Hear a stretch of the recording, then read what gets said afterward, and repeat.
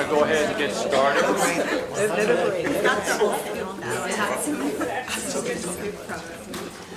I want to welcome everyone here early on a Monday morning. Thank you for taking time out of, I know, your busy schedules. We had expected a total, including some staff, of about 40, so I think we're just about there. We're missing a few people, but we're going to go ahead and get started. You'll see as we go through today's gathering, we're going to sort of take you through a process that a few of us have been thinking about for the past year. And it was suggested that we maybe consider having a group of what we would call stakeholders who might have an interest in doing what we're about to embark on. So we're glad that you've agreed to come here as stakeholders. You can bail out on us at any time, or you can invite friends to join us and strengthen the work that we'd like to do over the next year.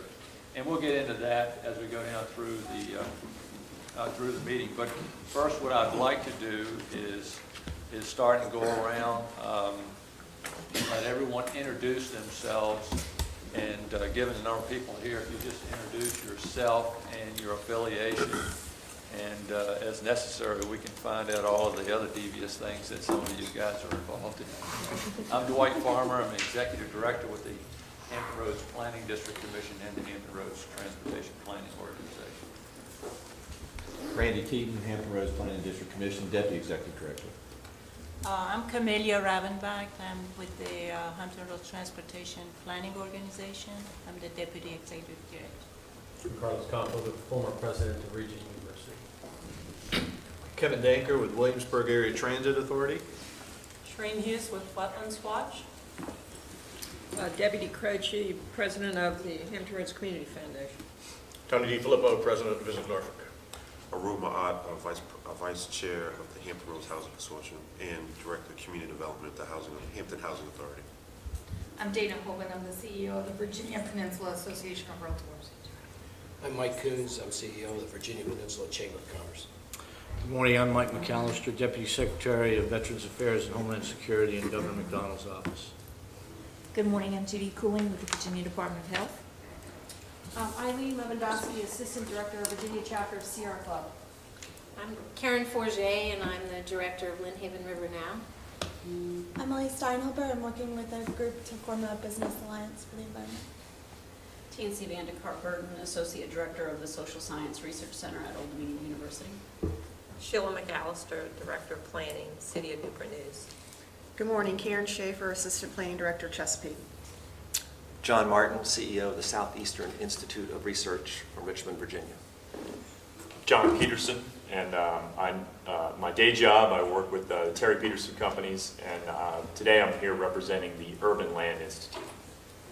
I'm Craig Quigley, the Executive Director of the Hampton Roads Military and Federal Facilities Alliance. I'm Chris Bonney. My day job, I'm Bonney & Company Research, but I'm here today in my capacity as Chairman of the Hampton Roads Center for Civic Engagement. I'm Burl Saunders, Chair of the District Council for the ULI Hampton Roads. Brian Ballard, worked for the Navy at Little Creek and Four Story. Julia Liaco, Information Communications for PDC.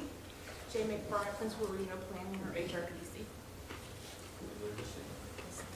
Shamita Batay, Housing Administrator here at the Hampton Roads Planning Commission. Greg Grotendorf, Chief Economist here at the PDC. Sarah Kidd, I'm a planner here at the PDC. Did we miss anybody or get everyone? Well, again, thank you everyone for being here. I know each of you can contribute enormously to this effort if you might have the time to do so. So we're looking forward to hearing about that. But let me kick this off. Jay McBride, to my right here, is the project manager on this initiative for us at the PDC. She's telling me everybody should have a copy of the agenda at your place. What I would like to do is,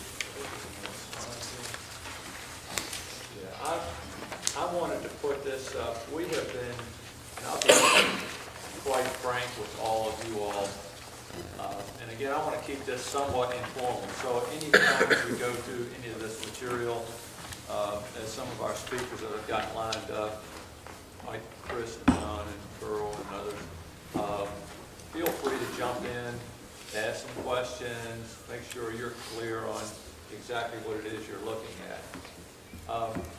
This particular piece of information was created because I had been associated with another group of folks a year or two ago, and they were pursuing, for lack of a better way to phrase this, a process where we could become a little more regionalized within this community of 16 local governments. And I know that can be, regionalization, and certainly regional governance can evoke some pretty significant responses from a lot of folks. So I'm not here to necessarily do that, but what I wanted to do was point out that within the Virginia Code that's been around really since the late 60s, created under what was known as the On Commission, produced a number of items that should be done by planning district commissions. So just so that you understand, if you're not familiar with planning district commissions, generally we are small organizations. The Hampton Roads Planning District Commission, because it incorporates also transportation planning for this region, is actually the largest PDC in the state. Northern Virginia's transportation component is done under the auspices of the Transportation Planning Board under the Washington Council of Governments. So it's a bi-state transportation planning organization, if you will. We do both functions here, and we're under 50 employees, and we're the largest PDC in the state. There are 20-some PDCs around the state, so every square inch of the Commonwealth is covered by one of these planning district commissions to do the things that are shown in your agenda packet and on this particular slide. Now, it occurred to me a couple years ago that item number 8 should be a huge effort by a planning district commission. And if I was really honest in reflecting on what we had done, despite the fact that you've seen introductions of a number of our senior staff here this morning, despite some really good work done by some very talented people over the years, I was not convinced that we were really doing a strategic regional plan in the true spirit of the Code of Virginia. I don't want to get too bureaucratic with you folks today, or even with my staff. I just sort of dwell on this particular item number 8. But it occurred to me that, we have been nibbling around the edges, and you have to keep in mind the set of tables that you're seated behind today is essentially the same configuration and size and seating arrangement we have every month here with the 16 local governments. So, and the table gets cut off a little bit here, but then from about a few feet to my right and all the way to the wall, and then all the way around the back, it's usually packed. So it's usually a full meeting by the time the Transportation Planning Organization conducts its business. So it looks like the UN in here once a month. And sometimes it can be intimidating, but you can imagine getting 16 mayors and chairmen of the board and other elected officials around the table, all with a diverse set of opinions on what should be their number one goal for their community, because that's what they were elected to do. And then for somebody like me, a bureaucrat, to come in here and say, well, folks, the Code of Virginia says we ought to have a strategic plan for the region. And in my view, we ought to be doing this thing about every 5 years, as we do with some of our other plans, and be updating that. And I get this range of looks from being very inquisitive to, yeah, right, it's not going to happen because of the diverse set of opinions as to the direction that we need to be going. But we somehow or another managed to conduct business and move forward, but we have really, again, in my view, have skirted around conducting a strategic plan. So to fast forward and introduce the next speaker, I got introduced to Envision Utah, which we'll give a briefing on, and then I happened to have had the opportunity to have dinner, and it was just Burl and myself and Robert Grove, who was really, what was his role? Was he chair of? He was one of the main leaders of the instigation of the institute, and he actually is the director of Envision Utah. Of Envision Utah. So we had 2 hours of just essentially one-on-one with this gentleman who has so much stuff crammed in his head and his soul that I was just overwhelmed with what I learned during that dinner with Burl and Mr. Grove.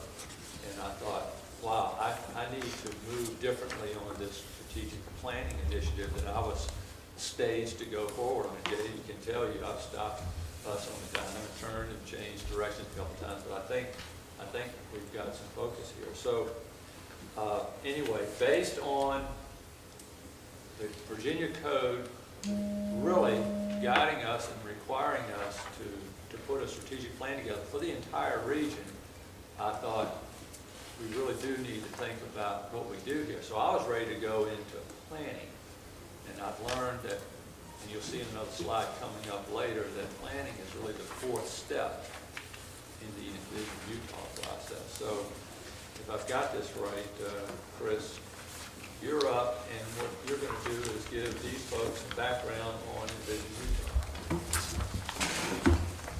Thanks, Dwight. I'll try to be brief here. See if we can master the technology. Just a real quick, I don't want to belabor the point that we all know. As Dwight alluded, we have a hard time doing things in Hampton Roads at times, working together as a unified metropolitan region. Oops, did I? Okay. Okay. I haven't touched anything yet. And the reasons, I mean, we could go around the table and come up with 12 other pages of reasons, but the typical ones that come up, that there are a few coordinating bodies that don't come together because they're required to. People always point their finger at the Dillon Rule. We do have 16 independent counties and cities. I like to say we're separated by the same bodies of water that unite us. We have separate print media markets. We used to have separate telephone markets. It used to be a long distance call to call Hampton like it was another country. We have conflicting social, political, and economic histories, agendas, cultures, and expectations. There's still people in Portsmouth who are mad at Norfolk. People in Norview who are mad at people who've been dead 40 years. The reason we look to Envision Utah, in a nutshell, is because it created a process for a region to work together that works. It was first a successful visioning initiative. It was created in 1996. This is not something that just comes out of nowhere. It's been going on for quite a while. It was a process for that region, the Wasatch Range of Salt Lake City, up and down their valley, to take responsibility for its own future. And most importantly, it was a vision created by desire rather than edict. They realized that the one-size-fits-all sort of preach from the top approach would not work. If you think, we talk about 16 cities and trying to get along, and you thought Hampton Roads was confusing, look at the greater Salt Lake Wasatch area. 10 counties, 90 cities and towns, 157 special district commissions, mayors, councilmen, planning commissioners, county commissioners, this vast conglomeration of people, all hemmed in between the Wasatch Mountains and the Great Salt Lake in a place that is about as wide as the Lower Peninsula. Think of that stretching, and that's where all these people are going in there. Their challenge in 1996 was to develop a broad and publicly supported quality growth strategy, not smart growth, not smart planning, but a quality growth strategy to deal with some very specific issues. They anticipated at that time that their population was going to grow by 1 million people between 1996 and 2020. They had to figure out where to put these people. They had infrastructure needs that were outstripping resources. They anticipated and still anticipate that they will exceed the resources of their water supply by 2020. They had compromised air quality, increased crowding and congestion. Business and personal costs were going up. And if that, it's sort of like, it doesn't just stop in 2020, they anticipated the population would double again by 2050. Now, they had several key realizations. Now, so what they show, and I say they're a working model that works, is because somehow they corralled these people together in these 90 towns, these counties, and all these various agencies, not by trying to come up with one size that fits all, but by creating a vision for the region that works for everybody and that everybody wants to be part of. And they've done that in ways that Dwight can describe in greater detail than I have in terms of their approach to public transportation, land use planning, and such. But there were several key realizations they had along the way. One is that they could not have a vision work without broad public support. They could not succeed without collaboration, true, genuine collaboration between nonprofits, citizens, government, all the other educational institutions, and other stakeholders in the region. And most importantly, because it's what we're here to talk about today, they could not preserve what is special about that area without finding out what people consider special.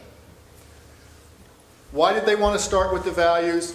I mean, as Dwight alluded earlier, there's a tendency to jump straight forward to planning, pull people together, create a plan. But in Salt Lake, they said, no, we need to look at the values first because the values are stable and enduring. They're the undercurrent for everything else. They recognize that the recognition of common values would allow them to create affinity among all the people who live in that range. Now, keep in mind, this is even more remarkable because people in Salt Lake have the tradition of all those people who followed Brigham Young out there. They're a pretty independent lot. This is a place where you would not expect this kind of initiative to bloom. And they also realized that finally that to be sustainable as a region and to make people happy and for people to be happy, they had to have a region that would satisfy the values, the hopes, the dreams of the people who live there today and the ones that they anticipated coming in the future. So what did they do? They listened. As they say, hundreds of meetings, thousands of people. They went out and listened to citizens, to civic leaders, to the government agencies, to all the nonprofits, educational, environmentalists, the developers, the utilities, the faith community, to the media. They brought them all into this huge process. And they didn't go out and say, what do you think of these things we're thinking of? They said, you tell us what's important. And what they learned was not that by the typical fashion of saying, well, education, jobs, all the things that we normally hear when we ask people what's important. By asking people about their values, they got to those underlying elements that really defined what people felt is special about the Salt Lake area. In their case, the values they felt were important to creating great communities included personal growth and well-being, education, community, nature, family, security. The other thing they learned, and this isn't a surprise, but it's not typically the stuff that you'll see in a visioning list, which will be far more economically oriented. These people said to get to that, you've got to be able to talk about these issues and make these relevant to us. The other thing they learned, not a big surprise for those of us who are kind of in the civic engagement business, is sometimes they learn that the public is ahead of the government in its thinking about how you approach these things.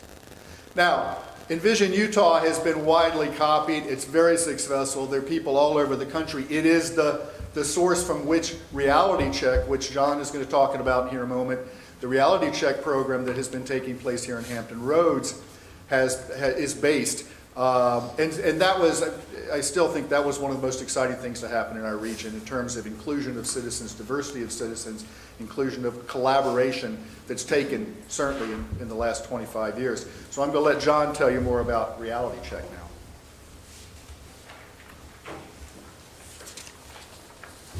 now. Morning. As I introduced before, I'm John Peterson, and I am actually the past chair of the Hampton Roads District Council of Urban Land Institute. And rather than talking specifically about Reality Check, I'm just going to spend 1 minute talking about Urban Land Institute in general. I won't go into the mission and history. There's a little bit of information in your packet about that. But our local district council of ULI, which has been in existence for about 15 years or so, was trying to determine the way to execute on its mission of being impactful in land use visioning and land use strategy. We have, what ULI has as a great benefit is an international organization full of expertise and experience. A lot of that experience Chris just mentioned has started from projects like Envision Utah. Envision Utah has been repeated, as he said, as a reality check exercise executed by ULI throughout the country. Some of those reality check programs have taken places in regions that are very competitive with Hampton Roads. Many of you represent organizations that participated in the reality check game day, which took place about a year and a half ago. That was the beginning of a process, and that's really what ULI brings to this exercise, is that there's a lot of discussion about how do we become more regional in focus, how do we deal with regional planning. What I think ULI can bring to the table is process, and a demonstrated, proven process. We decided that the time was right and we got enough support from Dwight and the PDC, from the former Hampton Roads Partnership, as well as from Old Dominion University to execute on reality check. And like I said, we had the game day, which started, which was last May of 2012. We've since had a follow-up program this past May, and I have a short video that will describe the reality check process, and then Earl Saunders, who is currently the chair of the Hampton Roads ULI, will talk a little bit about some of the results, some of the lessons learned, and hopefully how we can apply those to this community values survey. So.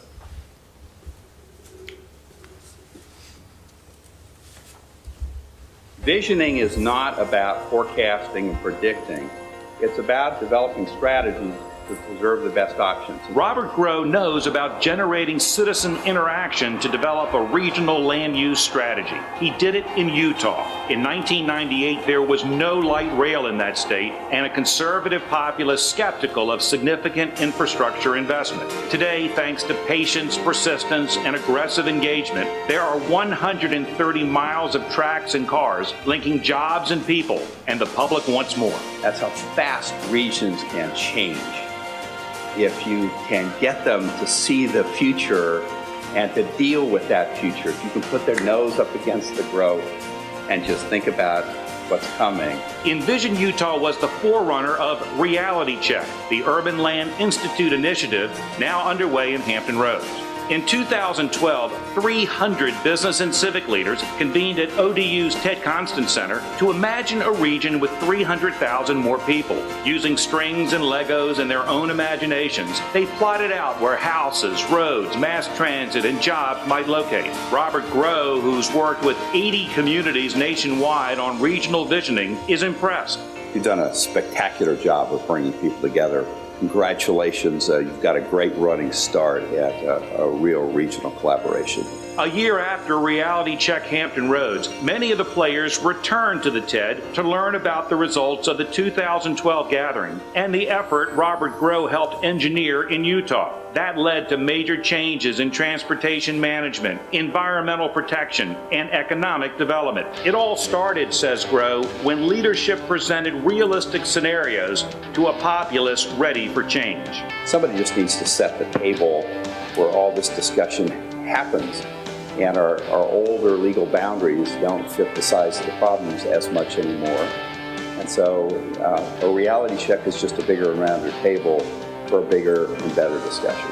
Envision Utah has succeeded because residents wanted to stem the migration of talented young people to other communities. Envision Utah has allowed my daughter, who teaches law school, and my son-in-law, who's an entrepreneur, to actually come back to Utah and to bring their kids with them.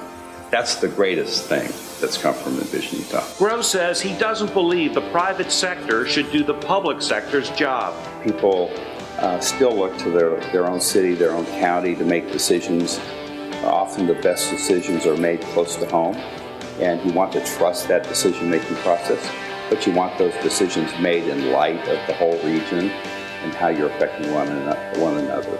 During a panel discussion, Newport News Economic Development Director Florence Kingston echoed that sentiment. What this room of stakeholders has to do is bring to the public sector consistently in a positive, proactive way some accountability and expectation to be able to come to the table and share the dialogue and do it. But you've got to understand the parameters of which The municipal sector side is going to be up. Robert Gross says no one should expect results overnight. Envision Utah started 20 years ago. Setting community values, he says, would be a great next step for Hampton Roads, and our PDC director agrees. If you let these localities do what they want in terms of their values, their vision, you can get a wonderful region.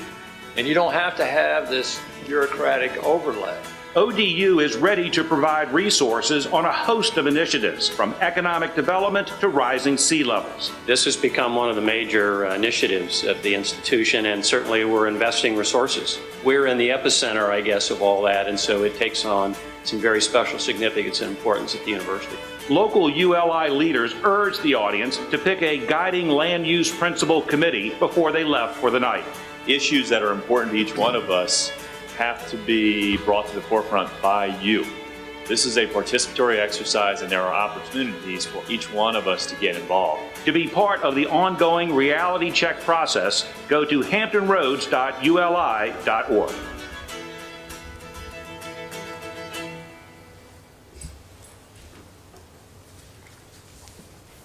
Good morning. I'm Burl Saunders. I was actually the chair of Reality Check when we started this over 3 years ago, and am now presently the chair of the Hampton Roads ULI chapter. What I want to say is a couple things to wrap this up that are very interesting.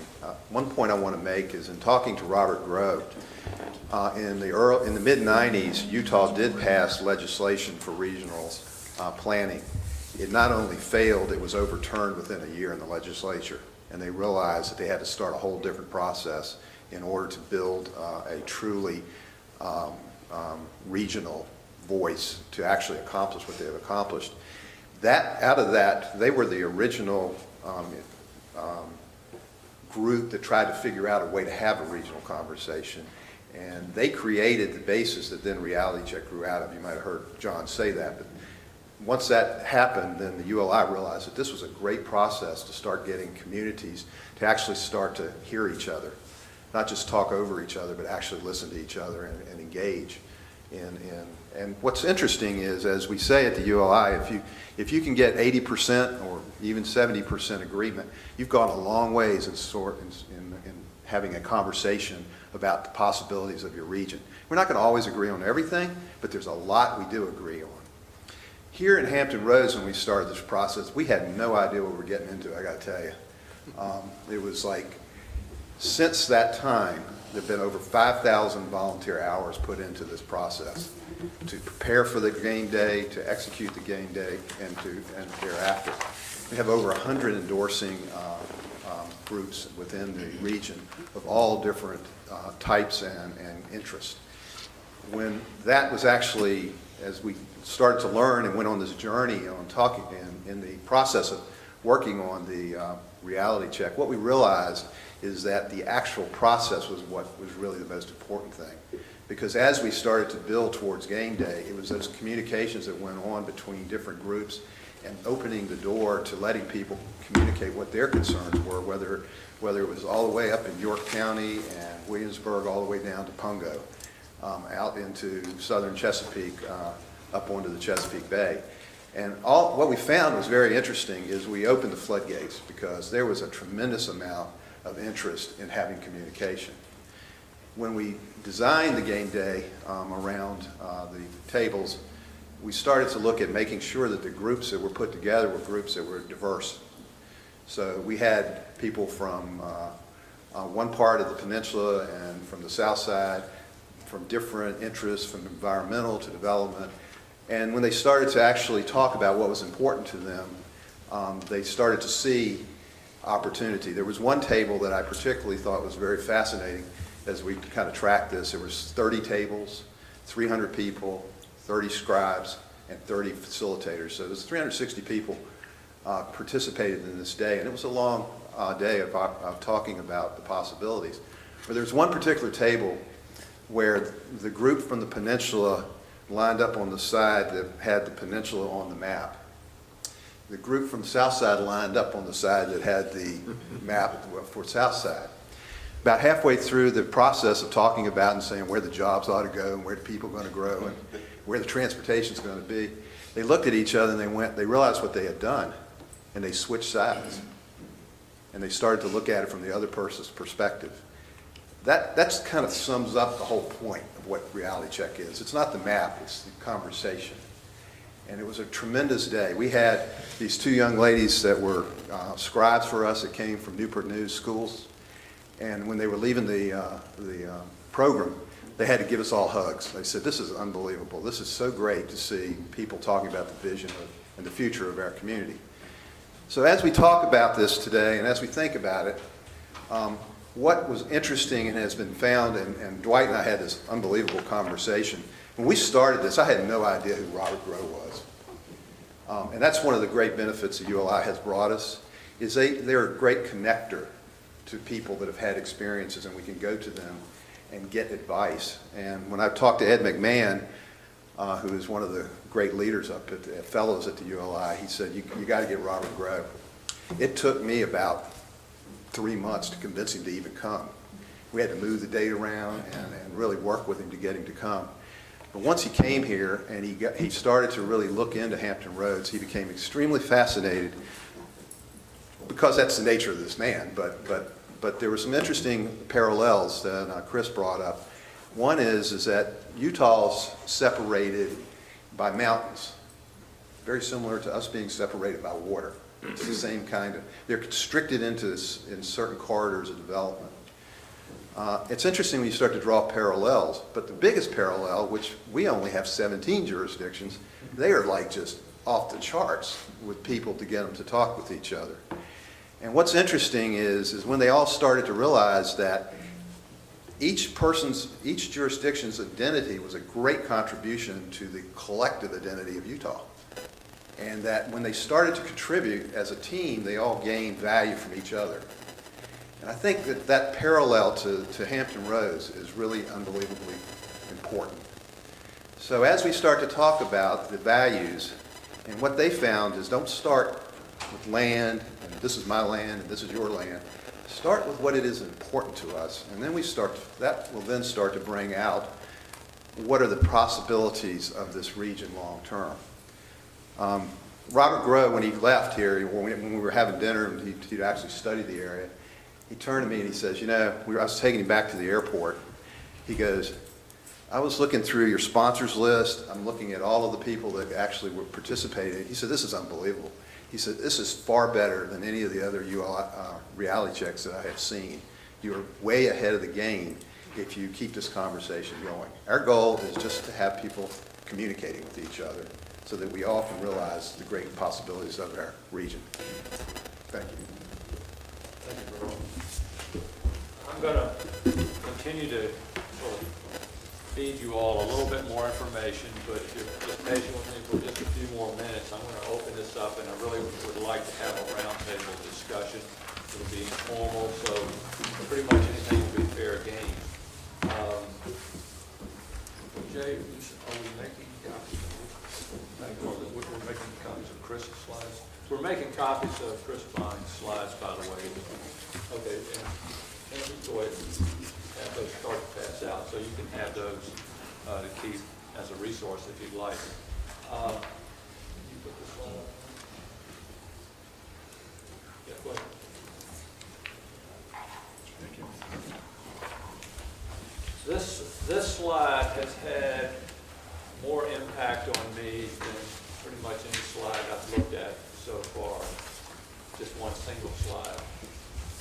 If you remember back in the previous slide I put up about the Code of Virginia and item number 8, when you do a strategic plan, if you start in the lower left and step your way up this staircase, if you will, the planning part doesn't occur until the 4th step. I really thought we ought to be coming out, the PDC ought to be coming out of the gate doing planning almost immediately. But part of really what we're here for today is the very first step, and that's the foundation that I think I'm convinced we need to build this whole thing on, and that's on community values. That's really what this conversation today is all about, is making sure before we move forward with creating a vision and creating the strategy and then starting to do the planning. Certainly before we spend money to build things, we need to have a solid foundation on values. Now, it was by the luck of the draw, it was fortuitous that Camille Rodenbach, who's the Deputy Executive Director for the TPO, she really runs day-to-day our transportation planning organization's functions here, was staged last Thursday to give what she thought was an innocuous US DOT-driven survey that's a standard best practice at the US Department of Transportation to go out and do an outreach to the community to allow anyone who might have something to say about issues, problems, preferences for spending transportation dollars, how to solve problems, etc. Camellia unveiled the results of a survey that, again, is not scientifically based, but is an outreach mechanism that's considered best practice at U.S. Department of Transportation to allow anyone who has anything to say as we start to develop our 5-year update to our 20-year long-range transportation plan to say whatever they've got, get it off their chest. So I saw the slides a few days before, the final PowerPoint slides, and I had a moment to just intensely focus on the results of that survey. And I went back to Camellia and I said, Camellia, this is going to create a firestorm. And Camilla's response was, oh no, we do these all the time. I know I've seen about 6 of these over my career where you just lay these things out every 4 or 5 years. And I think generally we would have thought it would have been a yawn in front of the board. These are busy people, the mayors and chairs have got to do a lot of things in their daily lives, and they're here, I'm going to show them a survey, and it's so what, it's the same old thing. Didn't happen. It lit up the room. The first response was from a General Assembly member who sits on a TPO board, this is not scientifically based. Well, we said that up front. We sourced that piece of information all over that report.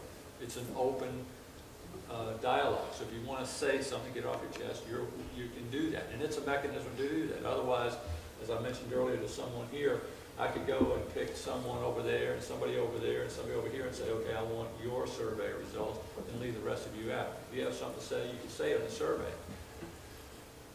Then we had somebody else from another community second the motion from the General Assembly member. We can't rely on this. It's not scientifically based. These are people who may have an agenda or an axe to grind or a particular culture and so forth. So it spun from there. A couple other mayors jumped up and took exception to the way that information was received. There have now been editorials. There have been articles in the Virginia Pilot. I just read an editorial this morning from the Daily Press, that essentially said, maybe not this is nonsense, but you can't rely on this. We still have to move forward fixing highways, because the survey said, the results of the survey said, and the first question, correct me if I'm wrong here, Camellia, but the first question was, what are the highest priority, what are the biggest issues that you think this region faces, or your community, or your city, or you face? And it didn't start off as a transportation survey. The question was just general. Crime was number 3, but congestion on highways was number 1. So we didn't load it that way. It just turned out congestion. People are sick and tired of congestion. I think they're sick and tired of potholes, but Jim Butterbuck is here, and he's taking care of that literally as we speak. But crime was number 3. And I remember talking to Robert Grove. Robert talked about community values, and at one of the ODU sessions, I think over at your place, Nancy, I think he laid out some of those issues, and I remember one of the participants in the audience, raised her hand, and I know this person real well. She used to work here, and she's a top class planner in the community, has been recognized for that, but she was surprised sea level rise was not rated #1. Well, that tells you that everybody's got a #1. What we're trying to find out is, do we have common ground for what's #1? In 16 localities who each have at least 3 or 4 or 5 or 6 communities within them. Oh, by the way, I just discovered reading some media print that the borough of Brooklyn has 2.5 million people in this borough. So that borough is larger than about 50% in our entire region. But we have boroughs in Virginia Beach that are as large as or nearly as large as Roanoke, and almost as large as the entire Roanoke metro area. So I'm rambling here about the scale of things. I'm rambling here about trying to corral ourselves around what are the community values here, so that, in my view, we have a statistically valid starting point that cannot be criticized because it does not have statistical validity. I know there's some research people that are sitting here at this table who are way more versed in the area of polling and surveying, and John, was it you on one of the phone calls, and it may have been somebody else, that mentioned we have to be careful in how we craft our questions before we just go off and ask questions that may be inappropriate questions to get a statistically valid result. And we may need to talk about those today. So the complexity of developing this foundation called community values, I think, is just incredibly important. The fact that our top elected officials got so spun up on this survey that we released last Thursday tells me this is even more critically important than I had thought even 2 to 3 weeks ago. So we have you here today as stakeholders to ask you if you have the energy and possibly the time, and eventually we'll get around to resource, human or otherwise, to be engaged in this. And there's one more sheet, and I really want to turn it into a dialogue here. There's another sheet in your packet that Jay, they can tear this off. So you can tear this sheet off, even though there is a schedule in the back here.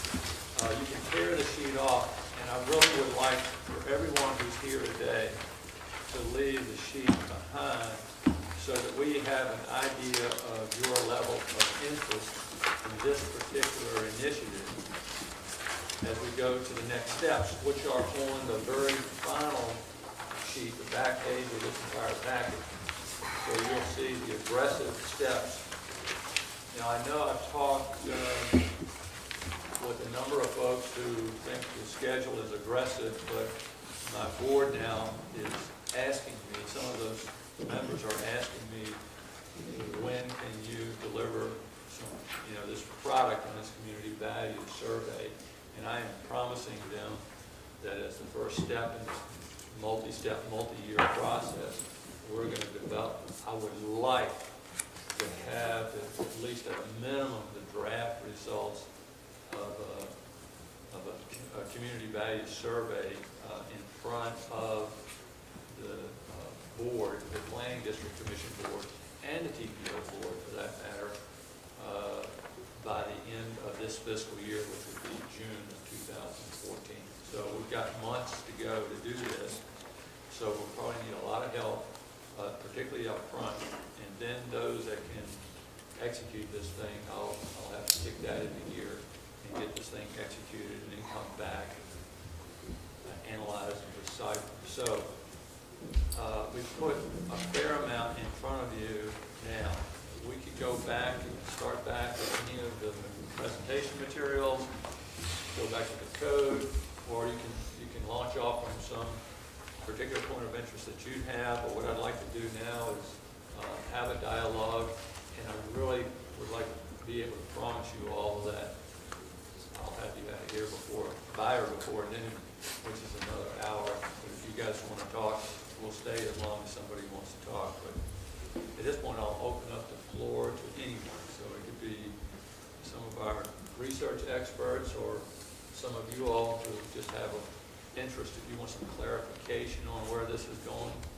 We'll do our best to see if we can help you out with understanding.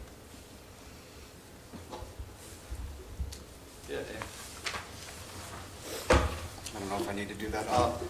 Dan Bell, Future of Hampton Roads. Dwight, I apologize for coming in late, had overlapping appointments. But to your question, I think that the timing is very good in light of all the things that are going on in the region.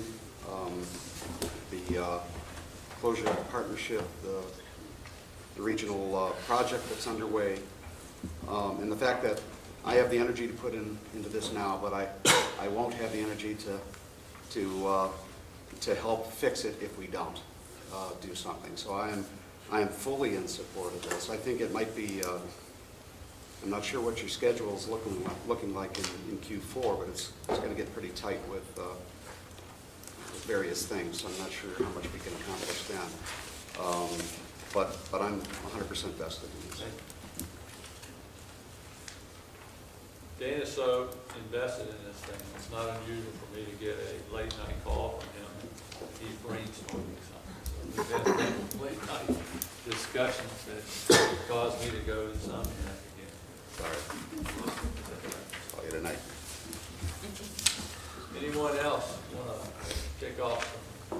Yes. Yeah, Eileen with the Sierra Club. I guess, is this survey a product of HRPDC, and what kind of resources are you putting into it? I mean, what is the anticipated population that hopefully is going to participate in this? What mechanisms are you going to use to actually survey citizens? How many citizens are you going to survey, and who's underwriting this whole thing? Well, let me stick my neck out and tell you what I've known the last time that the PDC did, under the guidance of some research scientist, a statistically valid, I think it was a transportation survey, wasn't it, what they then called MPO. You can reflect on national polls during national elections and so forth in terms of what percent or how many people does it take out of 300 million people to have a statistically valid survey. When you think in terms of, at that time, it was like 1.5 million people, I believe. We were somewhere close to, but not quite at 1,000 responses to make the survey that we did then statistically valid. But what I would caution is, because everyone thinks it has to be a big, big number. And I'm an engineer. I'm not a research scientist like some of these other folks here, particularly to my right down here in this corner. But in the statistics courses I took many years ago, I could say it in a way I think most people might understand. If you carefully craft, as John indicated to us, carefully craft your questions, if you carefully select your sampling around the community through all those diverse metrics that define all of us as being different. And if you carefully execute the implementation of the survey, which means it's a one-on-one, it's a person talking to somebody, in this case, face-to-face, over the phone now, we've got, the internet is more widespread than it was back when we did ours. If you do all of those things very carefully, then you can do it with a very modest number of responses. To do that, I think can be very cost effective. Back then when we did it at 1,000, it was something in the order of $35,000 to actually execute 1,000 successful and appropriately identified respondents. So you could call that expensive, but if you think about how labor intensive it is to put the survey together and then to execute it, I think it's a cheap way to find out what is the pulse of the community of Hampton Roads. But it doesn't, you don't have to have thousands and thousands and thousands of responses. I don't think these people could certainly correct me if I'm wrong. But it is gonna take some work in terms of how you ask those questions and who you receive that from, to be able to then say, these responses do truly represent the fabric of the community. And I have been, my staff will tell you, I know we have some new people here working on community outreach, and they've heard me say over and over again, you know, I'd love to be able to get into the food courts and the Walmarts and the food lines and just ask the everyday person, what's on your mind? What are the gripes and what are the concerns? What are the things you cherish the most? And, you know, what are those things that are most near and dear to you? And that's difficult. Thelma Drake just recently in this past year, after me trying for decades, got us into DMV to ask questions about transportation because it was against rules and regulations. To go in there and get people while they're sitting and waiting for their number to pop up, just asking questions. So I've been after this for a long time, so I'm very excited that we might have this opportunity. So sorry for the long response. Yes. I'll come back to John. First of all, I'm glad to be here, and I think you're making a valid point about the values piece of this. Are you going to contract out the survey, or are you all going to do the survey yourself? Haven't decided yet. It depends on how much help I get from today. Well, but I know I'm going to have to contract out for in a financial contract to execute the survey. I'm pretty confident I'll have to do that. Now, whether we can get well, let me tell you why I'm asking. I wonder if there, you know, there's a saying in my old world that you can't be a prophet in your own land. And I wonder if the survey would not have more teeth to it if it were contracted out to perhaps a firm or some individuals who have had some experience with precisely this sort of survey. Well, that's what we did before, and I didn't understand your question. That is exactly what I plan to do this time. I hope that what I will do is have a contract with someone, whoever that someone is, company or consortium or otherwise, who have a reputation and the skill sets and expertise to deliver that independently back to the planning district. They would actually conduct the They would thing actually conduct. as well as give the findings. Yeah, what I'm hoping we can do is do a little bit of spade work now with the stakeholders group to give us as much input as possible before I pull the trigger and execute some sort of contract. I mean, depending on the cost of that, because I don't, you know, in this world of diminishing resources, you know, I've got some resources, but I don't have unlimited in terms of cash outlay. So I'm prepared within our budget this year to expend funds to execute, but it would sure be helpful if some other folks who have some common desires to have some things achieved can be there at the table helping us and guiding us in a certain direction. And then at some point, we'll figure out what resources we have, both in human resource and financial resource. And then at that point, I'll just have to pull the trigger and hopefully get all this back and analyzed independently, you know, by experts. Because we don't have expertise on staff. And I didn't have it back when I did the last one. We relied just on a firm we did an RFP. So you did an RFP on the We did an last RFP one. and then hired, you know, someone with the expertise in the RFP process. But in Utah and Reality Check and the Urban Land Institute, now John Martin has popped in and I heard just a wonderful presentation from him up at a Virginia Association of Planning District Commissions on some research work that he's been involved in. So now I know, and ODU's been involved heavily, you know, with Reality Check and ULI. So I know I've got a number of people who are as passionate, if not more than I am, about having something percolate up here. Right. I have one more question. go back to when you released the results of the I guess, preliminary survey. The TPO survey last Yeah. year? Could you explain again what the reaction was to it? What, they were shocked that congestion was number one? No,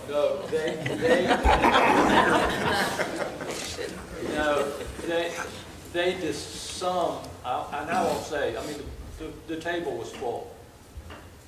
The initial response from a General Assembly member was to dismiss the results because they were not scientifically or statistically based and were not statistically valid. We had 1,800 survey results, but it's an open survey. That means we get a survey from someone who's motivated enough. But if you didn't know the details of what our people did in terms of aggressive Russian outreach, flyers, face-to-face, put things in front of people, in a variety of places to get responses, you might think, well, this is worthless information. But when we put the map on the screen and said, here's a dot for every one of the 1,800, it looked like a perfect splatter of a shotgun blast on the map of Hampton Roads. So every community was represented, and then last week, Mayor Frame called me, and he was defending, he thought that the survey, he's been around long enough to have seen us do this survey several times, and thought it was a reasonable starting point for having a community conversation. So I drummed up some analysis very quickly to help him better understand whether this was really just arbitrary or whether there was some validity to it.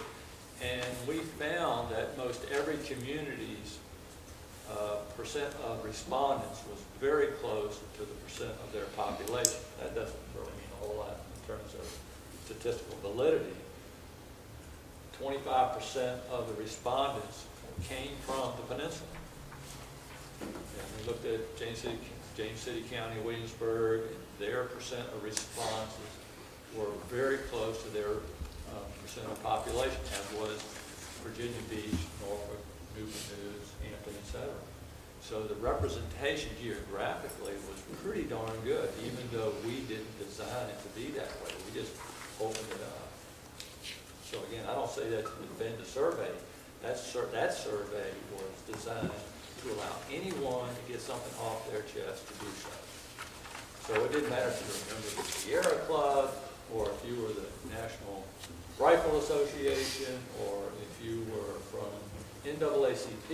It didn't really matter. If you had something you wanted to contribute to the survey, you could do that. That's what US DOT regulations and guidelines call for, is to open it up as a step in developing a long-range transportation plan. And when we got that response to that, it just has very little value. We were shocked. We didn't see that stuff.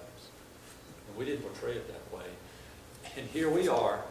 I mean, we've been working several months now, as staff, to come to this day to get you all together in one room and do a statistically valid survey, not knowing that we were going to have this event last Thursday. And the response, it was elegant. I mean, we almost had to shut the conversation down. It's almost out of order. But it wasn't over the results, it was over the... No, it wasn't. Well, it may have been results driven because number one problem, including crime and education and other, number one problem was congestion. Then we asked, how would you spend your first transportation dollars? And it was public transportation, including light rail, passenger rail, and so forth. That's where I thought it was interesting, is that these people are saying highway congestion is their number one problem. 2 steps above crime. I'm not even sure where education, healthcare, and that sort of thing came in there. And then how would you spend your transportation dollars? It wasn't, build more lanes. I mean, some people have labeled me as a highway guy, but I was intrigued that, as Mayor Frame says, he thinks it's where the puck's going to be, and this is an indication that we are transforming ourselves. And when I reflect back on Envision Utah, Now, I'm gonna stub my toe again here, but this is the way I've been characterizing it. I think, Chris, you said these are independent people out there in the Wasatch Range, right? And I've skied out there. I know these people a little, not a lot, but I love the place. But I said, but these people are libertarians. I mean, you don't tell these people what to do, how to think, or whatever, and certainly don't tell them they have to come together to create something regional. And in 17 years, or less than 20 years, they built 130 miles of light rail. For me, as a transportation person, that's incredible. That is truly amazing. How did they do that? So that's what I'm asking Robert Grove. How do you get 1,000 elected officials, 90 local governments to come together and do that as one?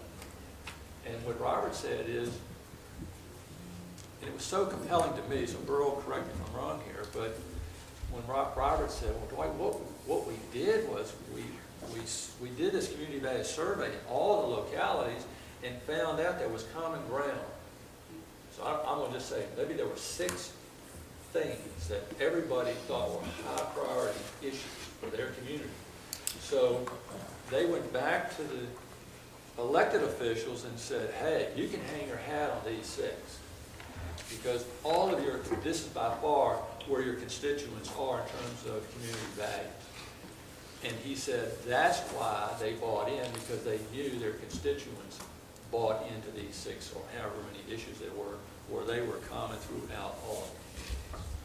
So I was telling Jay and Randy, if we can find out what those 3 or 4 or 5 things are, there may be 50 things out there that are in the top 50, but if there are 3 or 4 or 5 or 6 that are common throughout all the community, maybe that's what we're focused on out of this. Sorry, I think John was supposed to be next. Yeah, I just have a couple of comments. I thought Chris and John did a great job sharing these 2 other models that work. And I had the wonderful pleasure of calling Richmond and now Norfolk my home. I have two places that I reside. And in Richmond, there are a couple of good things come out of Richmond occasionally. And one of the things that has come out of Richmond is our planning process, which is very much like these 2 models. We call it the Capital Region Collaborative, and it's really about starting off and finding value. So there's a website you can go visit, Capital Region Collaborative, and their process looks very much like this.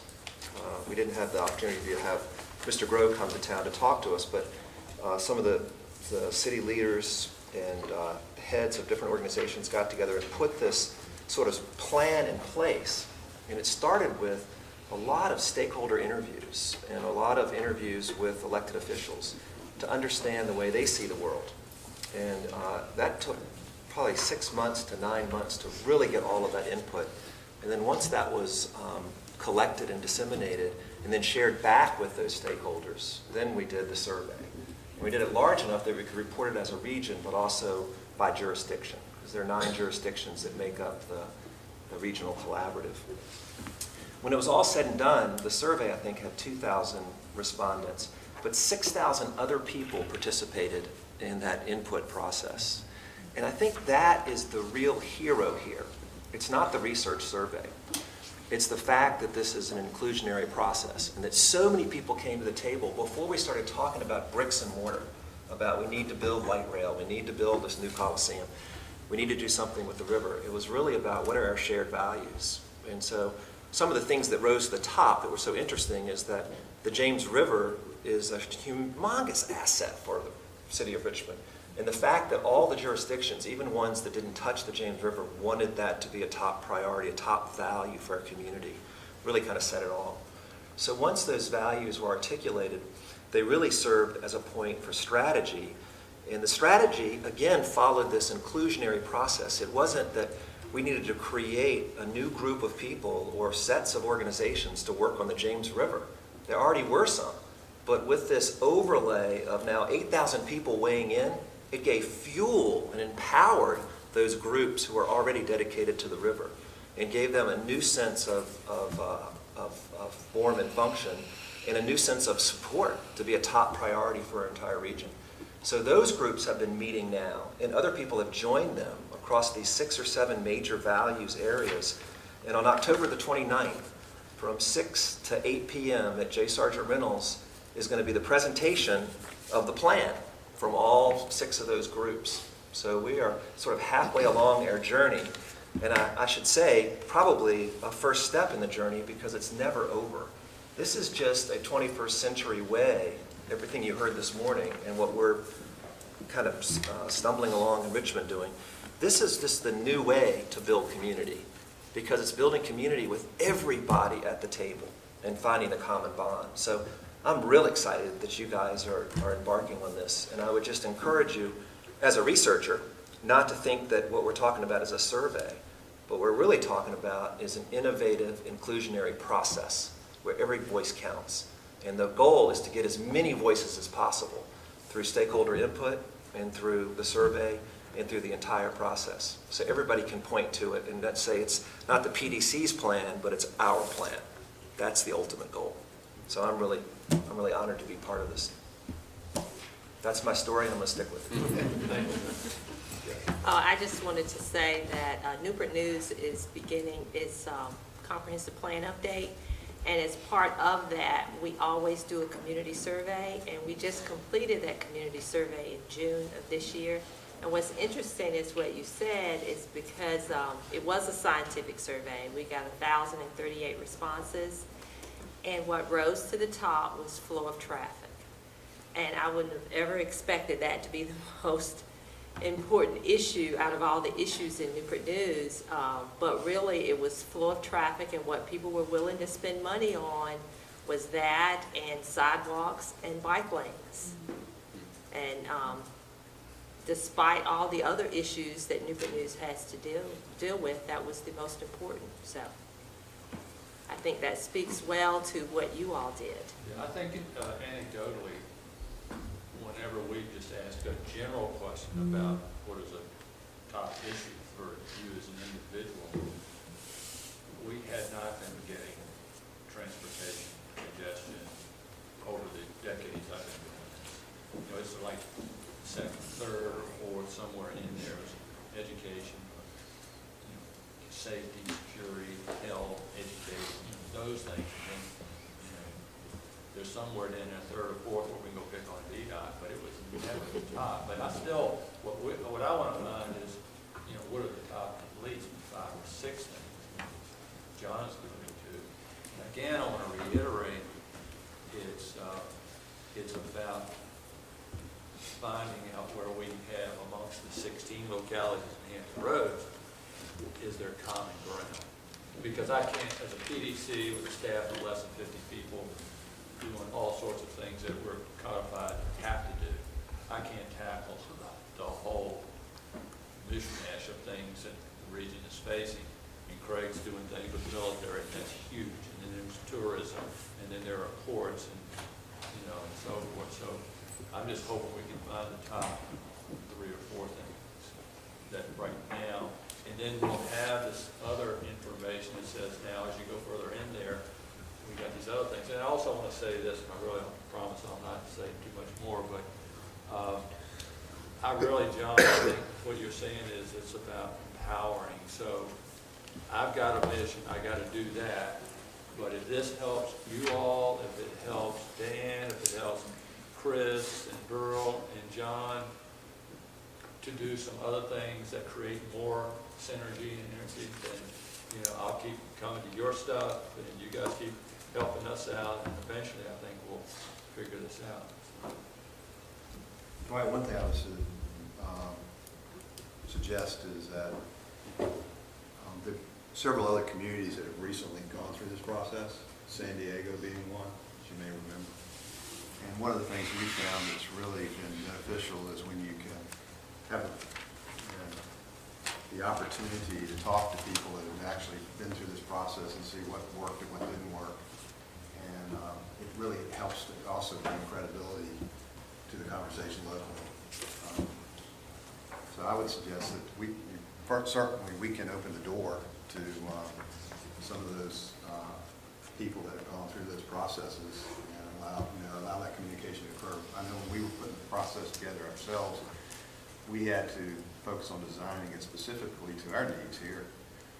but we couldn't have done it without really the kind of communications we got from Tampa, and Jacksonville, and Texas, and other places. It's been unbelievable. We certainly need you all of you all to help us to do just that. Yes. I think it's also important to remember, one of the bullet points I mentioned was the value of Utah, and the lesson for us is that they didn't do it by a traditional top-down edict. They didn't say this is what the region needs because we had decided, whoever that we, Star Chamber, anything is. It was an edict that, and they didn't want to create a regional government. They didn't want to create any new structure in place. They did it by tapping into the resources of the community, as John mentioned, to find out what those values were, what those expectations were of the place that those people call home. And they created a series of scenarios which were desirable outcomes. And they created desirable outcomes that people wanted to have happen. So the survey came in, they hired what was then known as the Worthland research firm to come in and do a very large-scale study, all properly done.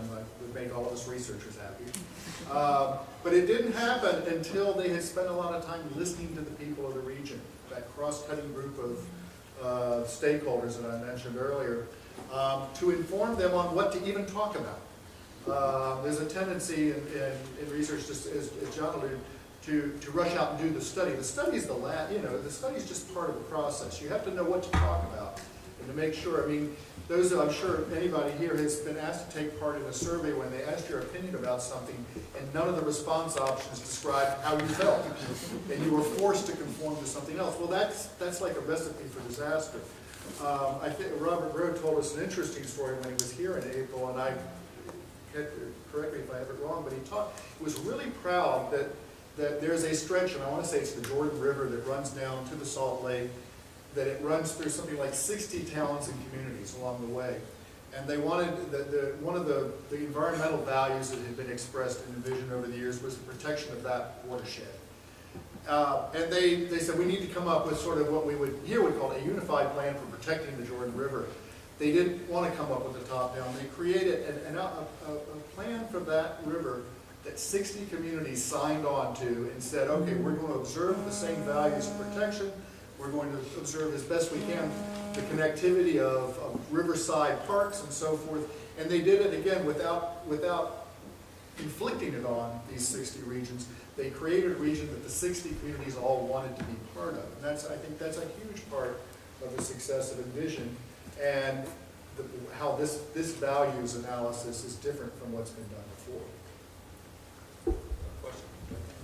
I just hearing a recurring theme here. A lot of folks obviously have experience with strategic planning, and those that do know that from this stage to the implementation and getting stuff done, this is the gap that we're all worried about. We all want to have value with the time that we're investing in this process. So I like hearing that recurring theme.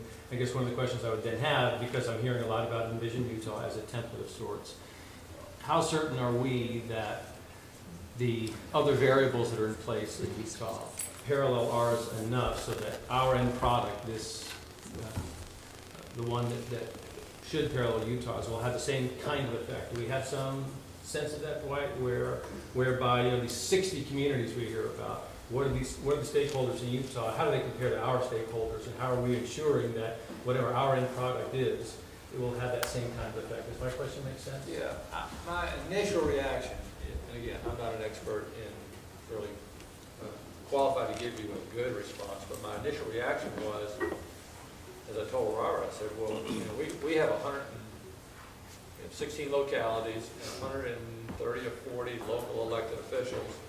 So this is going to be really, really tough, figuring out where the common ground is. And that's when he told me, oh, listen to the statistics for Salt Lake City. And to me, it convinced me that they were so diverse and of such an independent view, right, that would have been a mission of impossibility. So I felt like if they could do something to bring everybody to the table on some subset of common issues, then we certainly ought to be able to do that at Hampton Roads. Right, and I'm getting at the mechanism. Right, what mechanism did they use to get their product to those diverse constituents? And then how are we planning our mechanism so that we ensure that we have a similar kind of mechanism? I have not been in this community long. I've been here for 5 years. I don't know how aware I was of the work that is and has been going on, what the ongoing work has been. How are you getting the word out to those constituents already about the work that you're planning now, and how will that mechanism parallel Utah's? Well, there are, I'm discovering every day. I've been here since '78, so, right. I'm probably, I'm already biased by what I have seen or not seen, but I'm discovering every day that a number of organizations, particularly some of these are sitting here today, have already done good work. Right. I mean, just pick ODU and it's the lifestyle survey. Life in Hampton Roads. Life in Hampton Roads. A survey, we just had our survey. I don't know, Deborah, if the Community Foundation has got some inkling of what the pulse is, but the Hampton Roads Partnership, which just dissolved itself, it's been around since 1996. I was telling John, when I talked to Bob Crum, my counterpart in Richmond, who's a leader in this Capital Region Collaborative, they look very similar to the partnership. And, maybe we went through the cycle and we had the energy with the partnership and then it died. I don't want to necessarily go there and say it's an analogous situation here or that they'll have a different outcome or not, but I gotta believe that we need to do this first step right, and we need to energize it and have it be sustainable, because it's one of these folks that said it's something that you just have to keep doing and keep doing. And the values will change over time. The values now are way different than when I came here in the 70s. So and the code says the PDC is supposed to be doing it. So I feel terribly guilty that I really can't sit here and put out a document every 5 years that says we're meeting the code. I'm saying shame on us. We just haven't done this, even though Greg Grudendorf is sitting over there. You work very closely with Dana and Don at the partnership, working on Envision Hampton Roads. And there's a lot of work in it. There's a lot of material in that body of work. I think Deborah was chair of the partnership during that critical time, facilitated meetings and so forth. So there's still resources there that we can continue to use because it's not that dangerous. And we're going to do some, maybe the word is validation of some of the results there as part of some of what we're doing. Yes. So I actually had several people kind of reiterate some of my thoughts as I was thinking about this. One is inclusion and engagement of a significantly diverse population. And each of us here at the table represents a certain community of interest and have an ability to bring that community of interest together. And, the PDC actually participated in the Virginia Beach listening sessions on sea level rise. That was a grassroots effort, but it's a model for collecting information from people. And that can be done with each person at this table and even more people that need to be at this table that represent unrepresented communities. We need to be collecting that information before we even get to the survey point. And when we were going to do a survey, we did two surveys. We did one about the listening sessions, and we did another one for another project that we worked on with the PDC. And we talked to the social scientists at ODU, and 6 to 8 weeks isn't enough to even come up with a statistically relevant, well-worded survey.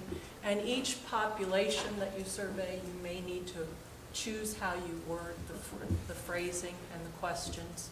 You may get a different response. So I don't believe you have I don't think this is a realistic time frame to collect the kind of relevant information that you're looking for. And then in terms of existing resources, it strikes me that I was also a planning commissioner, and I know of several localities that are doing this in their own localities, collecting information they do for their comp plans, and finding out what's the pulse of our community. And they not only collect it through surveys, they often collect it through community meetings and listening stations. And so there's information that is being collected about values as well. And I know that, for instance, with James City County, Virginia Tech has done community surveys. And I would imagine they're statistically relevant the way they chose to do them. So I just think within a time frame, probably, when I've looked at planning processes and vision processes just around resiliency, you should expect about a 2-year process, and the first part of that process is the most time-consuming and most critical in terms of bringing people to the table, and I think that's so important. And doing it in a very ground-up way. We'll be building support in a much more relevant way than taking a survey. An interest in support in a much more relevant way. And so, Wetlands Watch is very interested in this. We did a summit on collaboration over one issue. We've done listening sessions on sea level rise adaptation, but we feel that there's so many different interrelated issues, and it's critical to do an integrated approach to any efforts. We would support it. We have heard that I've heard that message of the time frame is too tight, and then the integration, spending the time to craft questions, getting at it. And John gave me an earful there just recently. I was looking over an approach called collective impact, which is basically what this is.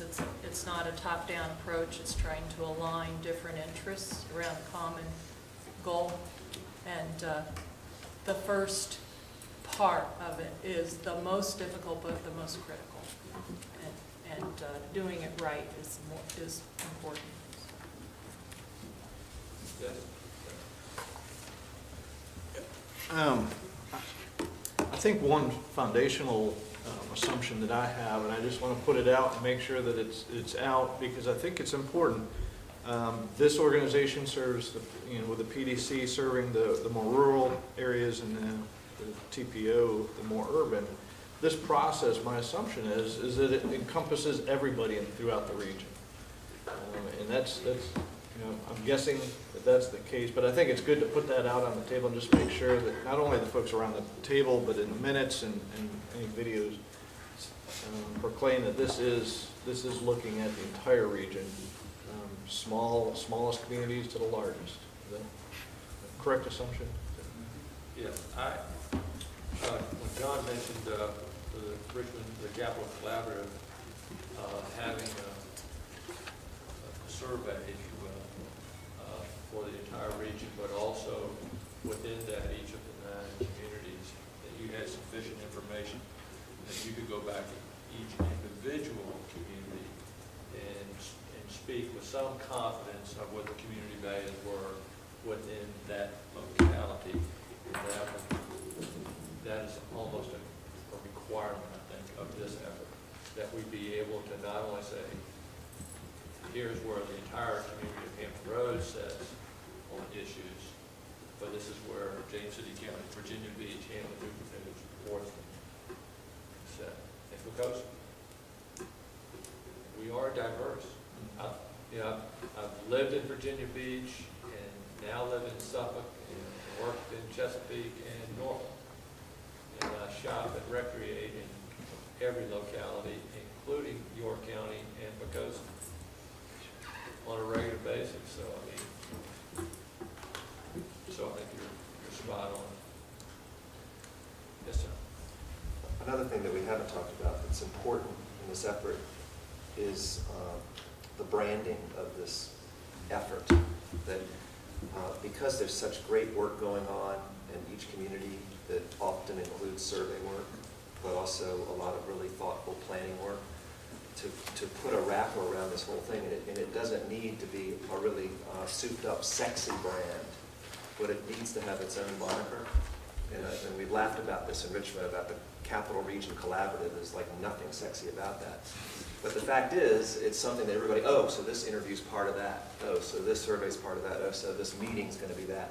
So having, I'm not sure if this is adopted yet, the Envision Hampton Roads as the moniker for this, but I would encourage us to get to a place where we have something that also has a tagline that says, the most humanly possible inclusionary process to get everybody thinking about it. But really so you can deliver that information and have its own website as part of the PDC or something. But the worst thing that could happen is it gets branded as one organization's work, as much as I'm sure we all love the PDC here, but it should try to be positioned as this neutral Switzerland that everybody's coming together to make happen.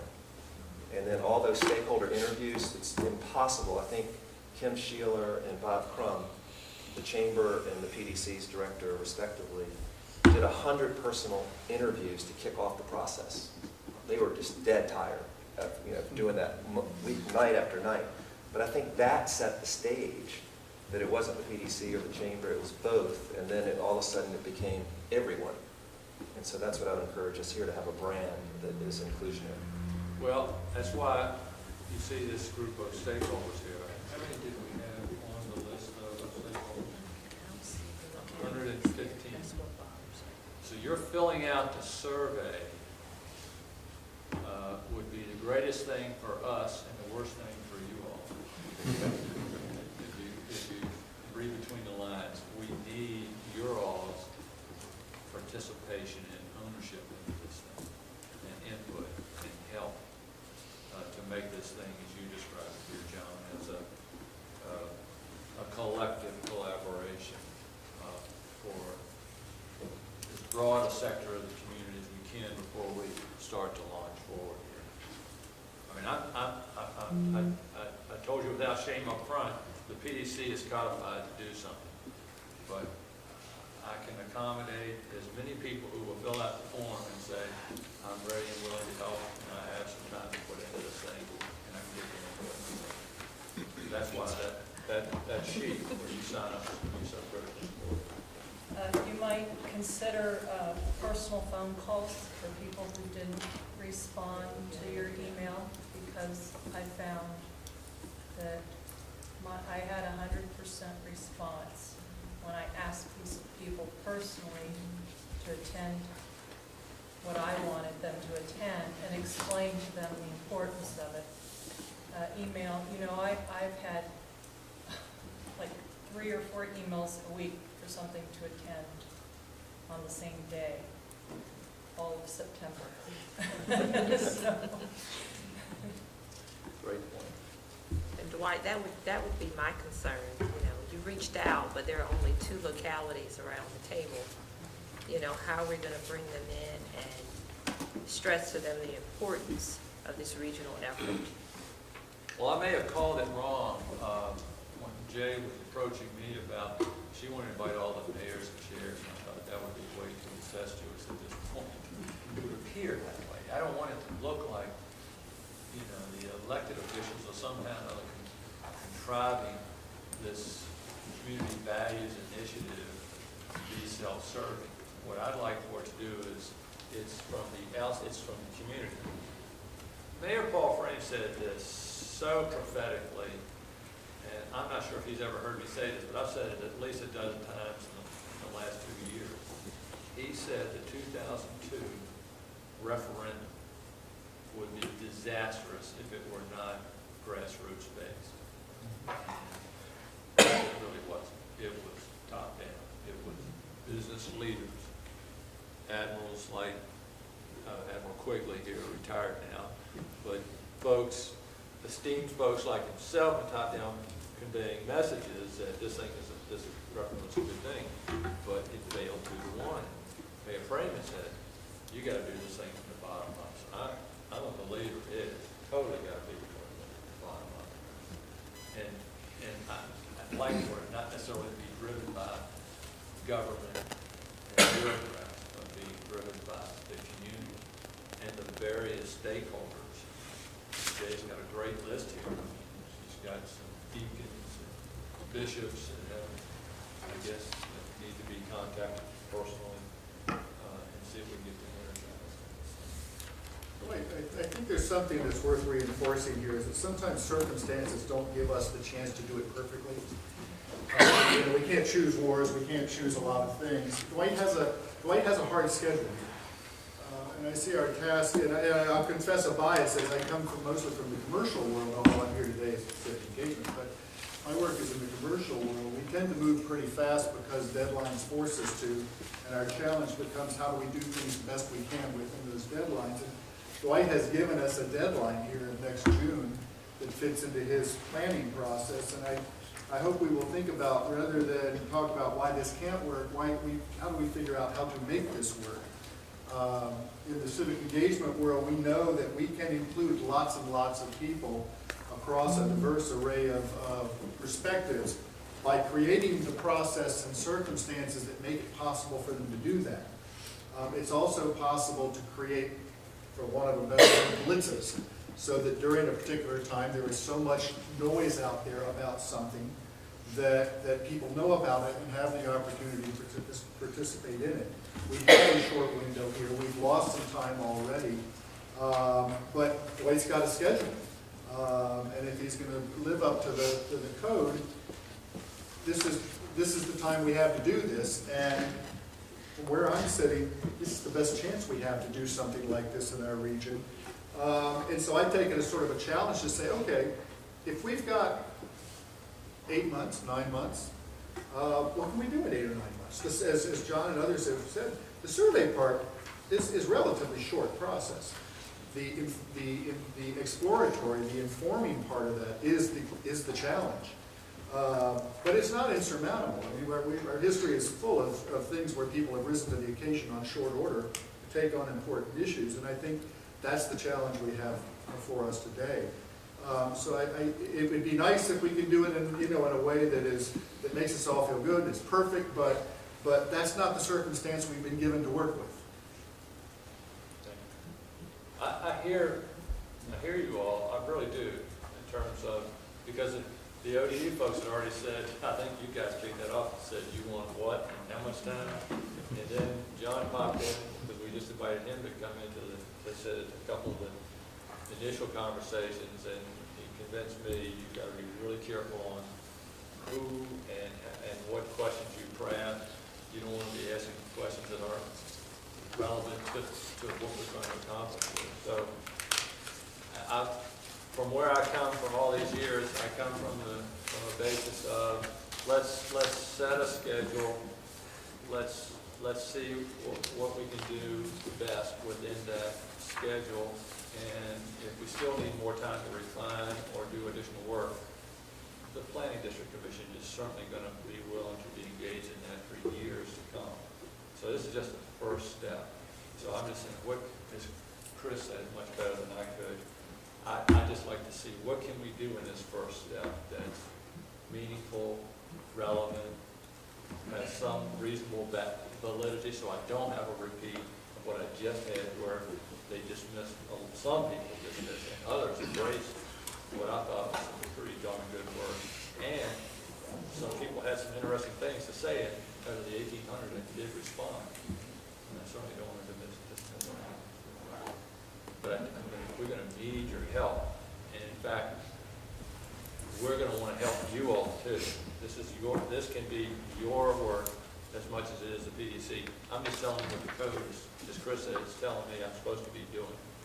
So I want to step up and make sure the PDC is doing what it's supposed to be doing.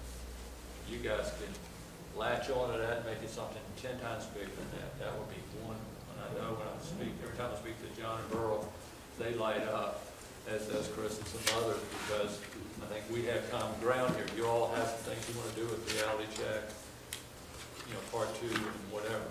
And so if what I'm doing helps what you guys are doing, that's wonderful. And I'll continue to help you out as much as we can with our resources. I have a comment. just think about the final outcome of this process, kind of beginning with the end in mind. You know, personally, I think we're successful if we engage the common citizen of the region. You know, not just have a report that we present to the PDC or another presentation. We have enough of those, but yeah, I think my neighbors, for example, one works in manufacturing, one is a defense contractor, and if I asked them tomorrow, have they heard of the TBO, the PDC, or even reality check, they give me a blank stare and start talking about Breaking Bad, because none of this rings. I mean, I'm a planning geek, so I follow all this stuff, but I think unless we can get folks that have nothing to do with this process engaged in this and part of their conversation, we fail, because they're the ones that actually are going to elicit change. Guaranteed, during the transportation debate, it was on everyone's mind because it was the news, it was a big issue. I think unless we rise to that level, then it's going to be another wonderful visioning expert process that we just sort of forget. So, you know, we probably should have some time to talk about the final outcome and toward gear efforts towards getting that. I don't know how we do that. It's a question for the group, but we should focus on it. Well, right now, the template, I think, is that stair step. I'm intrigued with that Envision Utah set of steps to get you to implementation. They did it. It's on the ground. And planning is the fourth step. So there's a whole bunch of other work that has to be done before you start planning. So we backed away. We're not going to do the plan yet. We're just going to have the tools and foundation that will help us and develop. But if somebody has a better design for this thing, hey, let's put it on the table. And we need to get it on the table quickly, too. Well, if I could just get back to that comment about the, what are we going to do with this? I think Dr. Campo asked that same question. What is the mechanism, if we're successful in creating this value survey, how do we perpetuate that? That was the largest issue we had with reality check and ULI's reality check, is that the question that came from everyone we elicited support from was, what next? What's after this? How are you going to use this reality check process to move things forward? And I think what we realized is that, one, there was certainly no need and no desire to create a new organization.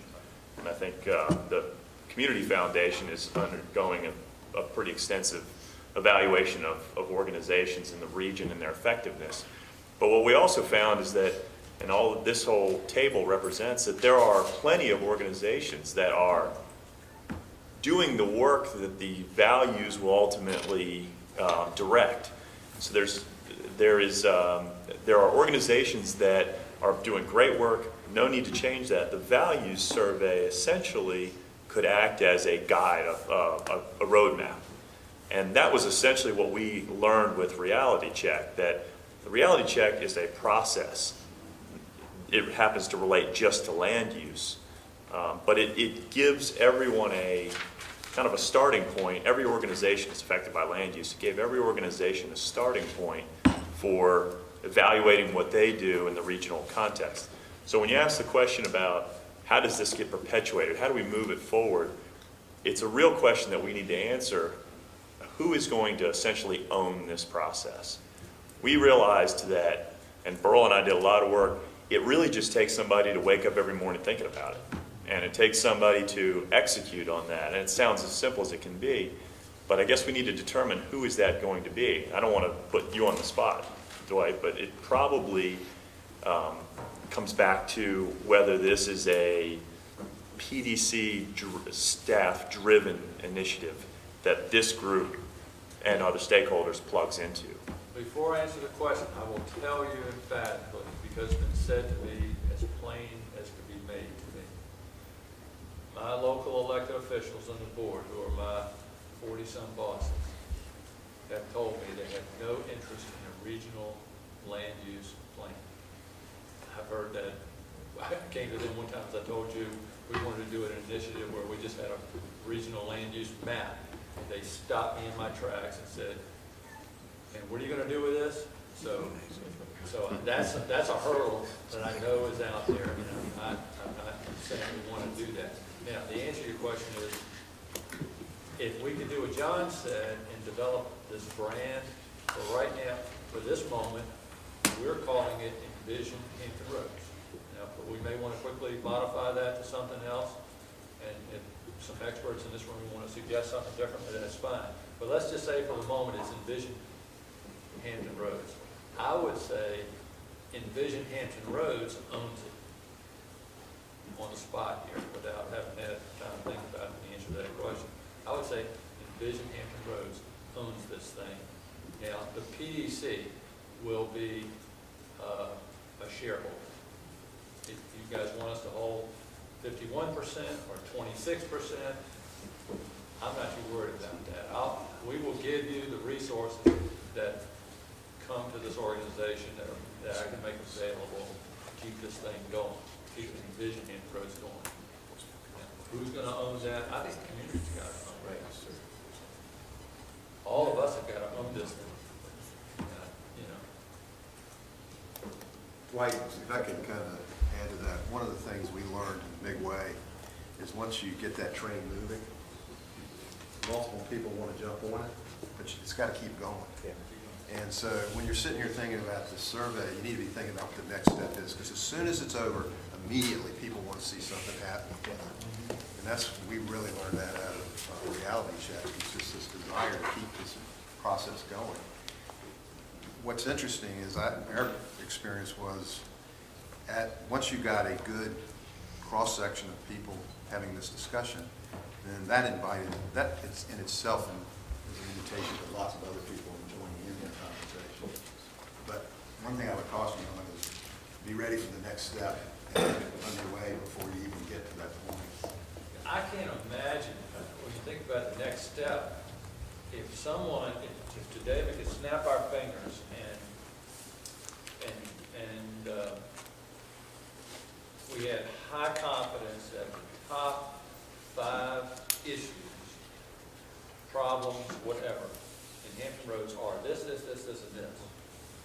I think that would dictate where we go from here. If across all the 16 localities, these were the top 5, 3, 4, or 5, whatever it is, I think that would be huge, and that would dictate the direction that we go. And that means all 16 localities are off doing some other things. But these are the things that all 16 localities would have to agree is certainly the top priority in their community and for the region, and that's where the bond is for them, so they can rally around that. That's what I'm hoping is going to happen from this thing. And their community values. So I don't know whether, it's a response to the survey, or that we can just look everybody in the eye and say, here are our top community values. I probably haven't talked enough yet, but reinforcing that, this whole process, I think we should get away from the word survey, because that makes it tactical and not strategic. And even when we get to the planning stage, even the planning stage is organic and bottom up. That what happens, and I'll use the James River as an example in Richmond, those 15 groups or 10 groups that were already established and quietly working on it, all of a sudden for the first time they were brought into a room and said, you know what, the elected officials and the residents value the James River more than, it's a top value, one of our top 6 values. And so you now have this new mandate that you guys collectively work on a plan and bring it back to our region. And so that's what happened. So those groups for the first time met, and you're going to, on the 29th of October, develop and deliver this plan. And a lot of other people joined that bandwagon, but all of a sudden it was a cohesive, seamless group. For the first, and affordable housing was another one, and I was in a room where all these people in affordable housing were like, yeah, I heard about you. And for the first time they were meeting as a group. And so if that can happen, where the PDC is the convener, the facilitator, the quiet behind-the-scenes organizer, what will ultimately come out of this is there are these well-thought-through plans that are owned by so many people and put together, and you just put the wrapper on it, and you continue that collaborative process for years to come. So that's what we're talking about, I think. Let me remind everybody what I learned from John in Wintergreen this summer when he talked about the different cultures and gave a personal story about the millennia, which is what age group, John? Millennials, 10 to 30. 10 to 30? Years old. Yeah, he talked about him and his daughter going shad fishing in the James River, and John, you are a baby boomer, as I am, and his daughter's one of the millennials, so you were immersed into the experience. You caught 90, she caught 2, and she's Shared it with texting everybody. 90. Shared her fishing experience. You thought your daughter was getting ejected from collegiate, right, because she was playing hooky with her dad, and it turned out she was queen for the day. So I'm just giving you the tip of the iceberg of his 1 hour story about the different versions of who thinks in what terms about what topics. And Dan and I talked about this a little bit with Futures, Hampton Roads Inc. I keep saying guys like Will and Robin, who are much younger than Dan and I. Please, Dwight. Just a little younger. We need to be listening to them. I mean, I want to hear from the people who are going to be here and running this community over the next 20, 30 years. So we want to incorporate those folks. We want John's daughter's crowd injected into this process. So that's just looking at age diversity, not cultural diversity. It's overwhelming, but it's got to be. You got to think of this as an exciting opportunity. So I think there's enough energy around this table if the survey, if your forms come back, as I'm hoping they will be, that this is just going to be the beginning of this thing is going to grow again. Yes. I'm probably reiterating what a lot of other... You were here when you were on that table. Okay, Bob Fenning from ODU.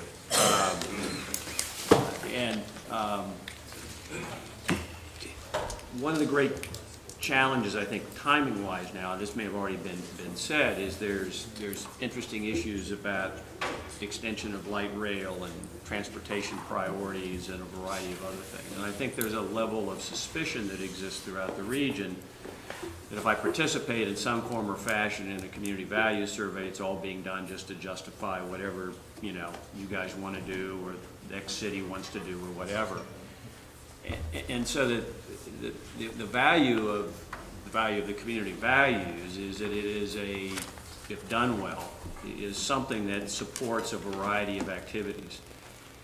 Your challenge is you represent municipal government and governmental structures, which are not exactly being hoisted on everybody's shoulder and carrying around these days. And so there's a sense that it's going to get used for things, but my sense is organizations around the room here that are truly national or regional in scope, whether they're environmental groups or whatever they're going to do, where the value of those community values, or like ULI, doesn't have boundaries. And so it's really critical, again, to do this survey and to do it with all the important ways in which it gets approached. But there's almost this kind of buy-in, not only of the 16 municipalities, but reaching out to as many community groups and so forth to say that if done well, this is an extraordinary thing. It's not predetermining an outcome or a plan or a strategy. But without this, everybody is going to interpret whatever they want to interpret and use it for their own purposes. And at least we have one chance to do something that is well done, inclusive, objective, and with lots and lots of comments. And I know you've got a plan you're trying to do, but with the resources that you have and others around the room here, if we could pull this thing off, this is a truly valuable time for this area. And we have emerging organizational structures. Debbie's gone, but there's always been this, who's the leader and lack of followership, which I think we could write books about here in Hampton Roads. And so that's a very careful thing that has to be factored into that. I mean, I'm sorry she's not here. I mean, if the foundation's not going to say, we think this is really, really important, and whether it's we put resources in it or support it or whatever, if they're not into this thing, then from a non-governmental but other thing, we've got a problem. If ULI doesn't buy into it, and if the government entities don't buy into it. So to me, getting all of that buy-in and then say, okay, who's your representative to sit around and figure out how we're going to design this thing, is critical. And Robert Grove convinced me at that dinner, you've got to make it, for government sector, you've got to make it compelling to the elected official. They cannot turn away from the collection of community values you have assembled. Right. And if you can make it compelling, then they cannot turn away. In fact, they could use it to their benefit. And you know, this is kind of your business, but how much of a regional plan you produce has a little bit to do with your charter and the areas that you particularly focus on. You know, I think a concern among some people would be that you all are going to do the all-inclusive regional plan when there may be entities out there that feel as though this is our domain as well, you know. So you know, if it gets too tight, I think, to the planning district and so forth, you know, that it might be a detriment. Valuable. It's very valuable. Thank you for taking time to show up on your busy work too. Sorry, I was planning for the potential impact on the institution for the federal government shutting down tonight at midnight. Well, I'm trying to get you guys out of here at the noon hour. I'm sure people are starting to get up. Really, we're going to grow this group here. Yeah, we need to turn this in. Jennifer over here, receive them. Jay, one of us, Andy, one of us. Wait, what's the next step from today, I guess? What should this group expect after today? I'm gonna look at how much resource I've got volunteered for the survey, and let you all know very quickly. It'd be premature for me to say right now.